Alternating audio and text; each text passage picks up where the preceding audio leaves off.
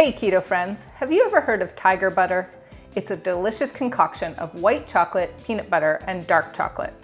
And today on All Day I Dream About Food, we're going to make a keto version. Once upon a time, I'm gonna tell you a story.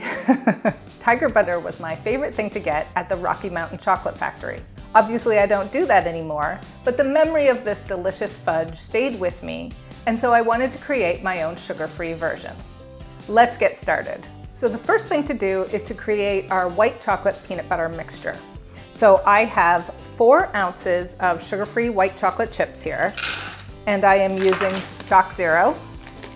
And I'm going to add 3/4 of a cup of creamy peanut butter. And I'm using Santa Cruz all-natural peanut butter. Then I'm going to add 1 ounce of cocoa butter. Now this is to help the white chocolate and the peanut butter melt together nicely and be nice and firm at room temperature. If you don't have cocoa butter, you can skip it, or you can use just a little coconut oil to help everything melt nicely. And we'll set that over medium heat and stir almost constantly until it's smooth. And you really want to make sure you stand nearby and keep stirring, because white chocolate can seize very easily. So you want to make sure it doesn't do that. Keep it over medium to medium-low heat and keep stirring. And once it's all nicely melted, you're going to get it directly off the heat as quickly as possible. Okay, once you've got it off the heat, you're going to add a little additional sweetener. I'm putting in 2 tablespoons of powdered Swirl. Now, you definitely want whatever additional sweetener to be powdered or liquid so that it doesn't get gritty. And you want to stir that in until smooth. And it's easier to actually whisk it to get it smooth than to just stir it. So grab a whisk and really do that vigorously. Now we want to take an 8 by 8 inch pan and line it with some parchment paper. And we're going to pour our nice creamy peanut butter mixture right in. And now we want to spread the mixture to the edges of the pan. And I always love my favorite little offset spatula. Now we're going to make the dark chocolate portion. This is essentially a chocolate ganache which gets swirled into the peanut butter. And I suppose that's why they call it Tiger Butter, because it's like tiger stripes. So the first thing is to take a 1/4 cup of heavy whipping cream, and we're going to bring that to a simmer. And when the cream is simmering, remove it from heat and add 2 ounces of chopped unsweetened chocolate. And you're going to let it sit for a minute or 2 to melt. And when it's been sitting for a little bit and the chocolate looks like it's melting, we're going to add another 2 tablespoons of powdered sweetener and 1/2 teaspoon of vanilla extract. And we're going to whisk this all together until smooth.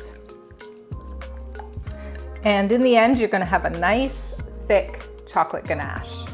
It shouldn't be too gloppy, so if you have to add a little extra cream, that's okay.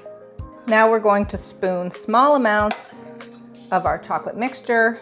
Just dollop it over the peanut butter or onto your counter like I just did.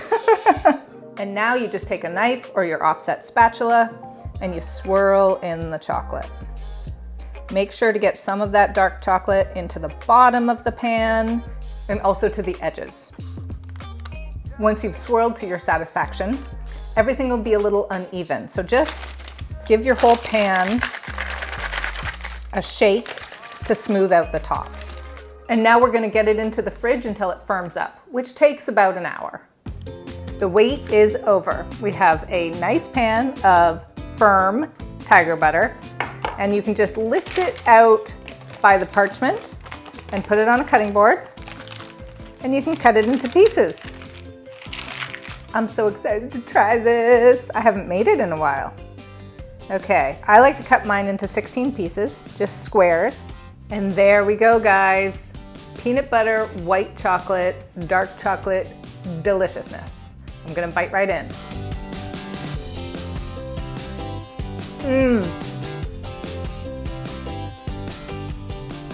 That is fantastic.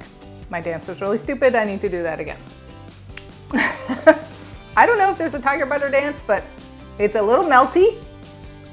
It's sticking to my fingers. It's delicious, and I love it. Just as good as the original from Rocky Mountain Chocolate Factory. For this delicious keto candy recipe and so many more, please check out alldayidreamaboutfood.com.